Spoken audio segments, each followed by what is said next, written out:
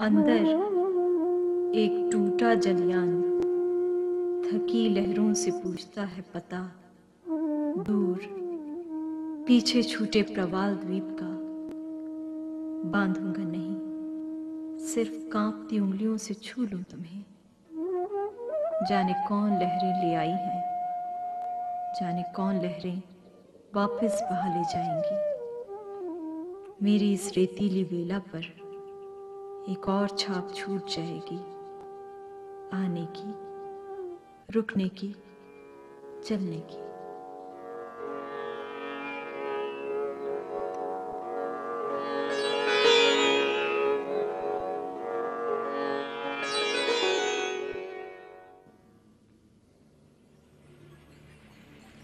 लगता है इलाहाबाद का नगर देवता जरूर कोई रोमांटिक कलाकार है।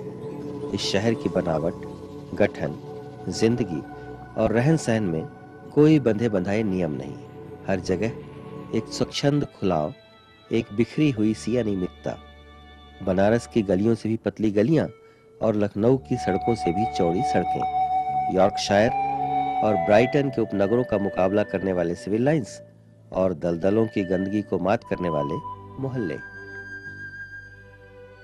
एक टूटी साइकिल पर हवाओं को चीरता एक लड़का याद आता है। हमारा वंश मूलतः पश्चिमी उत्तर प्रदेश के जिला शाहजहांपुर के खुदागंज कस्बे का निवासी था। मेरे बाबा का नाम एवज राय था, एक धनी दबंग जमींदार। पिता सामंती परंपरा के विद्रोही थे। रुड़की में इंजीनियरिंग की पढ़ाई की। बर्मा में जंगलात के ठेके के फर्म में ओवरसीयरी करते रहे। अंग्रेजों के खिलाफ स्वाधीनता आंदोलन का जोर था। नौकरी छोड़ दी। व्यापार में नाकामयाब होकर इलाहाबाद आ बसे। मेरा जन्म 25 दिसंबर 1926 को इसी अतरसुईया मोहल्ले के मकान में हुआ। पिता चिरंजी लाल वर्मा और माँ चंदा देवी। घंटी उनकी बजती थी तो मेरी माँ ये हमेशा कहती थी, जाओ आए गए आए गए। जब हुए इकट्ठा वही हंसी ठट्ठा, नहीं तो परिमल में लट्ठम लट्ठा। चलो चलो चलो केशव, बहुत जरूरी है। हमने कहा क्या बात है? कल चलो तो यार, वहाँ सब लोग बैठे हैं, इंतजार कर रहे हैं तुम्हारा, और वहाँ पर रिहर्सल चल रहा है।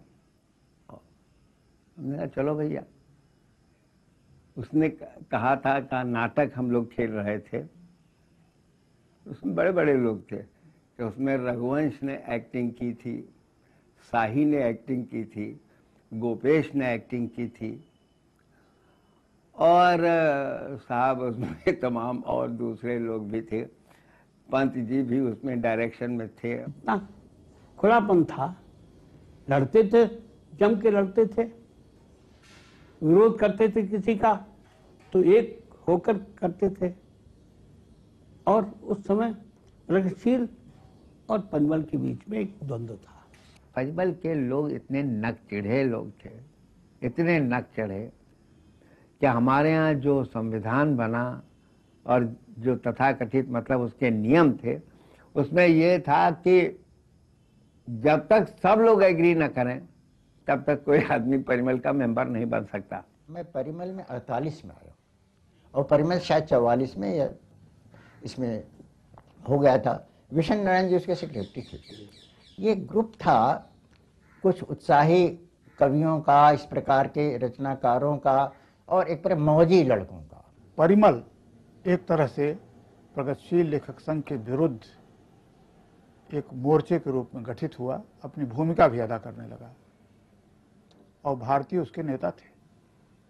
सच पूछिए तो परिमल का नेतृत्व संभालने वाले संगठन की दृष्टि से, सृजन की दृष्टि से भारतीय थे। उसको बौद्धिक आधार बाद में विजय देवनारायण शाही ने दिया।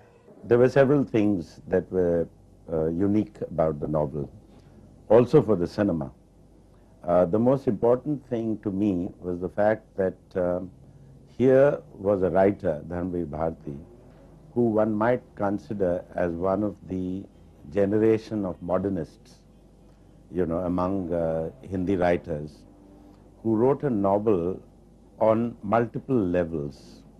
There was, of course, there were many things. The novel was written in the 1950s, which was a period of a great amount of intellectual ferment in India, because many kinds of ideologies were operating together at the time. It was soon after, a decade after independence. But more important to me was the fact that the novel represented a vanguard movement in terms of how novels were to be written, because its levels were very interesting. There were many things in the novel, particularly in the manner in which the narrative itself had been worked out. Now here is a writer who's coming to a point, a kind of watershed situation, in which many of the ideologies don't seem to hold. The central character, who is telling us the story, Manik Mullah, is not only the protagonist, but in each story that he tells us, he is of a different age. In one story, he sees himself, his self-image, as that of a prepubescent boy. In another, he is an adolescent. In the third, he is an adult. And this is an extraordinary kind of thing that Dharmveer Bharti did with this particular novel. And that to me was a very exciting prospect, because in cinema, this is very, very difficult to achieve. मेरे सामने केंद्र बिंदु अश्वत्थामा है। वह निरुत्तरित प्रश्न या नरो व कुंजरो व अश्वत्थामा जो अर्धसत्य का शिकार था, उसकी पृष्ठभूमि में मूल्यों का जो सारा विघटन हो चुका है, अंदर की जो मानवीय मानसिकता टूट चुकी है, मूल्य ध्वस्त हो चुके हैं, जिसमें विजय का कोई अर्थ नहीं, जिसमें पराजय का कोई अर्थ नहीं, उस अश्वत्थामा के इर्द गिर्द सारी चीज जब चली, उस पर सब कसे गए, युधिष्ठिर कसे गए, उस पर गांधारी आई, उस पर द्रोणाचार्य आए, फिर दूसरे अन्य पात्र आए। कृष्ण की तो मैंने कल्पना ही नहीं की थी कि अंधा युग में कृष्ण आएंगे, लेकिन जब घृणा के चरम परिपाठ पर गांधारी ने शाप दिया कि प्रभु हो या परात्पर, पर मारे जाओगे पशुओं की तरह, तो उतनी ही आर्द्रता, उष्णता, गहराई और गहरे प्रेम से कृष्ण उत्तर देते हैं कि जब तक मैं जीवित हूँ पुत्रहीना नहीं हो तुम, प्रभु या परात्पर, पर पुत्र हूँ तुम्हारा, तुम माता। वो जा रहे थे और वास्तव में कुछ वो इलाहाबाद से खिन्न भी थे, लेकिन उनके मन में थोड़ा द्वंद था। तो मैंने कहा देखो भाई, दो बातें हैं, ये तुम समझ लो कि वहाँ तुम जाओगे, धार्मिक साप्ताहिक है तो क्या है, लेकिन उसमें भी बहुत बड़ा दायित्व होता है, बड़ा काम होता है, और तुम जमाओगे, और तुम्हें महत्वाकांक्षा ऐसी है जो होनी चाहिए किसी भी पत्रकार की, कि हम उसको इस प्रकार कर देंगे जो भारतवर्ष का प्रसिद्ध हो जाएगा।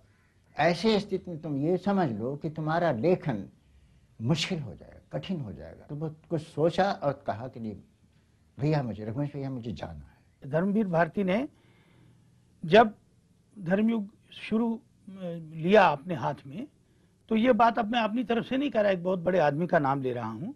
मुझे दिनकर जी ने कहा कि धर्मयुग जैसी पत्रिका चलाने के लिए धर्मवीर भारती जैसे साहित्यकार की बलि आवश्यक थी।